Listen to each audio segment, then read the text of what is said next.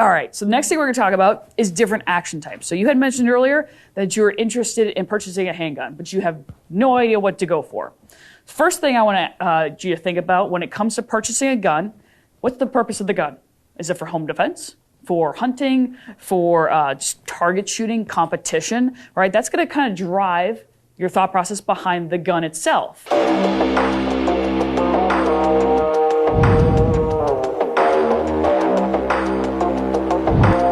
Trigger! Sight in! See your sights! Once you have sighted in, fire when you're ready!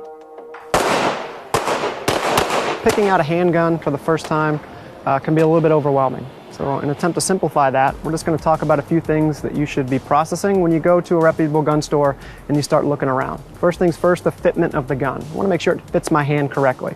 Fitment is kind of a relative term. Specifically what we're looking for is, can my trigger finger touch the full front face of the trigger? And then on the back side of the gun, is there room for my support hand to fit in and actually touch the gun so I can create a solid grip on the gun? The slide should be locked to the rear. Remove the magazine, put the magazine and the gun down. Once I found a gun that fits, the next thing I want to evaluate are the action types. There's double action, double and single, or striker fire. As far as which one's better than the other, it's completely subjective. One action type that we have, you'll see it called double action, single action. What this is, you'll see it referred to as DA/SA. You can tell right out the gate, this is a little bit different from some of your guns you might see. It has an external hammer, all right? It is, some people consider inherently safer because that first trigger press is very, very heavy. So after it fires one time, it automatically goes into single action.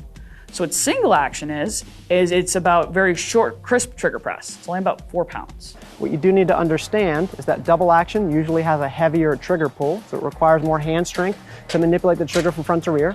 On the other end of the spectrum, the single action is a very light trigger pull. So you'll normally find single action guns with either 1 or 2 external safeties. It's just an added layer of complexity you need to take into account before you shoot the gun.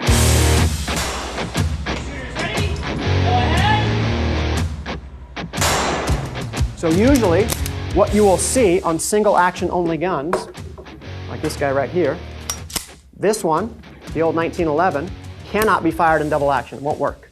It's a single action only gun. But understanding the safety risks on it, it has multiple safeties in the way that you need to defeat before the gun can actually fire. Number one, it has this slide safety right here, thumb safety. In order for the gun to shoot, I have to manually disengage that. Number two, has a pressure pad at the back. I need to make sure I have a good firing grip on the gun, and then I need to defeat the safety in order for this to work. In the middle, between the double action and the single action, is the striker fire. The more modern firearm, there is no external hammer. It's the same trigger press every single time, and it kind of splits the difference. If I had to quantify it, I'd say double action would be between 10 to 12 pounds, single action would be from 3 to 1 pound, and the striker fire is usually 5 to 6 pounds.